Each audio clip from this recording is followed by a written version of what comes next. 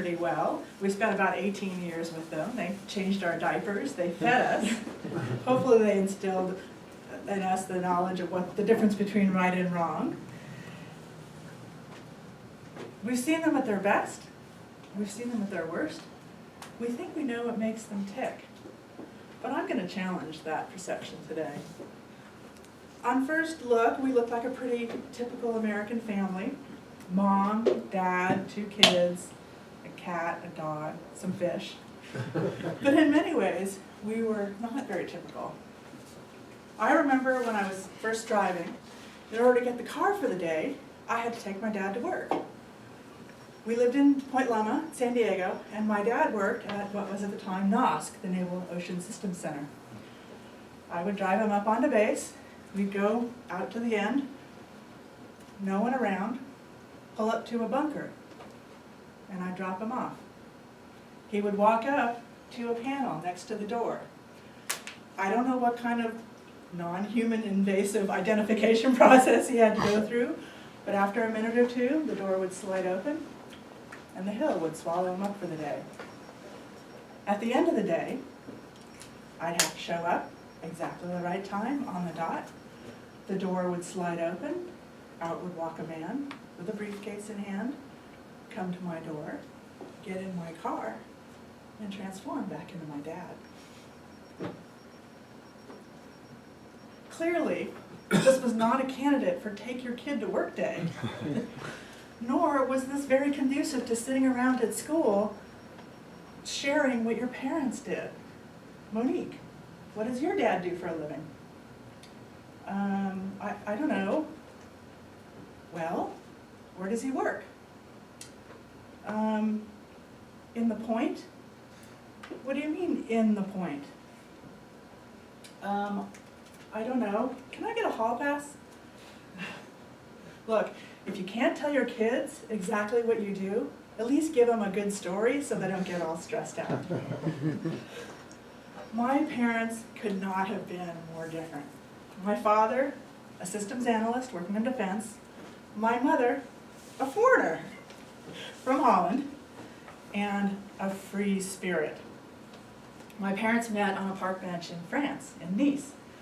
My father was assigned to Germany. He had a break, decided to take a bike and do a trip around Europe, and his bike, and he was in the south of France. We don't know exactly what he did, but somehow got his bicycle locked up by the police, and he didn't speak any French. So my mom was there, she met him, and she spoke French and Dutch and German. My dad spoke a little bit of German, and so they were able to communicate in German, get the bike out, and the rest is history.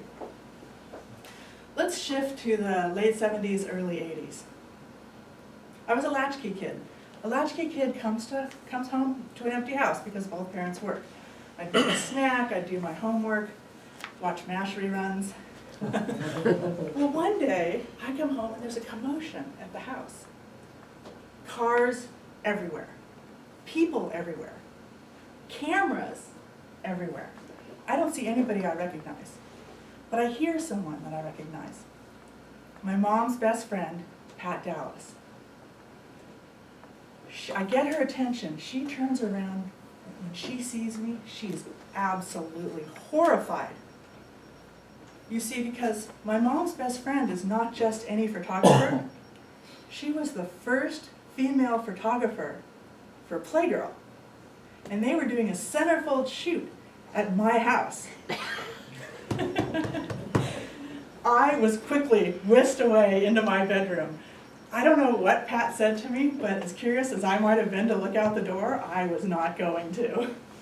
They were supposed to be done well before I got home. And they wrapped everything up and got everybody out of there. So where was my dad? Well, it turns out he was in Egypt. And, and years later, I find out that he'd come home a few weeks after this, I mean it was a little over a month. He'd stopped in the New York airport. He was perusing the magazines, and he happened to pick up Playgirl. What did he see? His house, his bedroom, and his bathroom on the front cover. Shift forward a few decades. I go home and I help my mom with some cleaning up. And we're cleaning up a bookcase, and we're cleaning up some books. And I come across this book.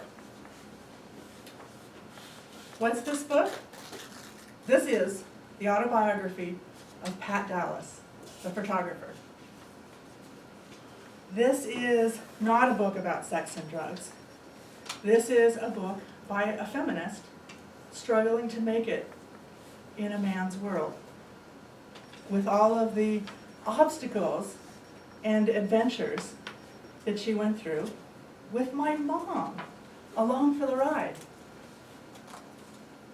This is a piece of history. It's a piece of my history, and it's told from a perspective that I never saw, even though I was there. For example, we were all at the beach one day. I was off body surfing.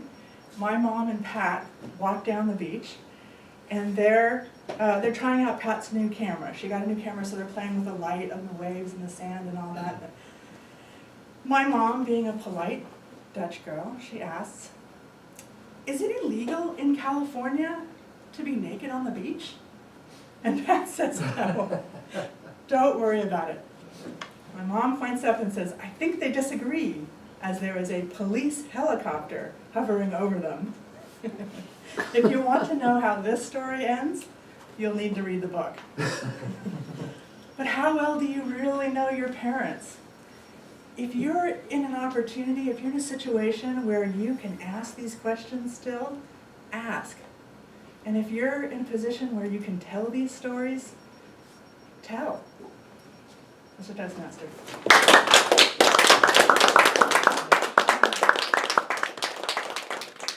Thank you, Jack. Monique and fellow Toastmasters and no guests. I could have expedited this by not saying the no guests, but everybody else was saying the no guests, and I couldn't resist. This is from an advanced manual called Storytelling, and it's her number 2 speech.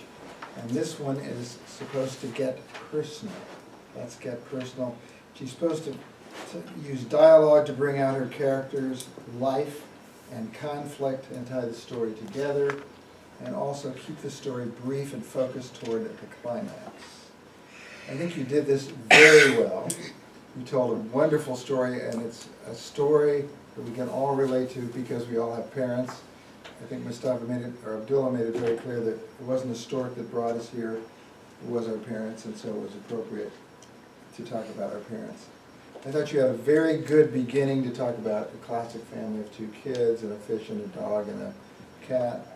But you might have then gone on with a question to all of us to draw us in more about our parents. Does this sound familiar to you, or were you one of those obscure families with a really dramatic past? I liked your stories. There were basically 4. Your dad's job, your parents' meeting, the Playgirl story, and the autobio with Pat Dallas and the book that you mentioned. All very good stories. I particularly liked the way you dramatized story 1, where you went back as a small person. I guess you were old enough to drive, but you were talking to a fellow classmate, and you even said ahs and ums, I think quite on purpose, because you were uncomfortable explaining, and you went back and forth. Your movements were excellent, so I give you an A on that.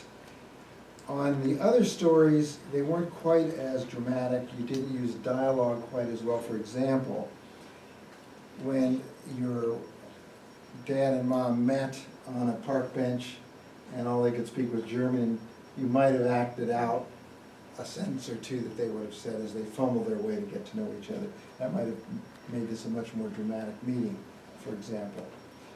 The dialogue about how your father happened to be in a foreign country looking at all the magazines, and he happened to pick up Playgirl. That you could have done, I think you could have done more with that. Forget the Atlantic, forget the New Yorker, forget the Economist. Playgirl! And just been more dramatic and had more fun with it, been more alive with it. As far as the autobio with the photographer, again, there could have been more on the beach. I think that could have been geared up to a little higher level. You closed with, all of us might take advantage of asking our own parents about their own lives. And I think you did that extremely well. It was a great conclusion. With better storytelling, with more drama, I think you could have built to that climax. Look forward to your next speech very much.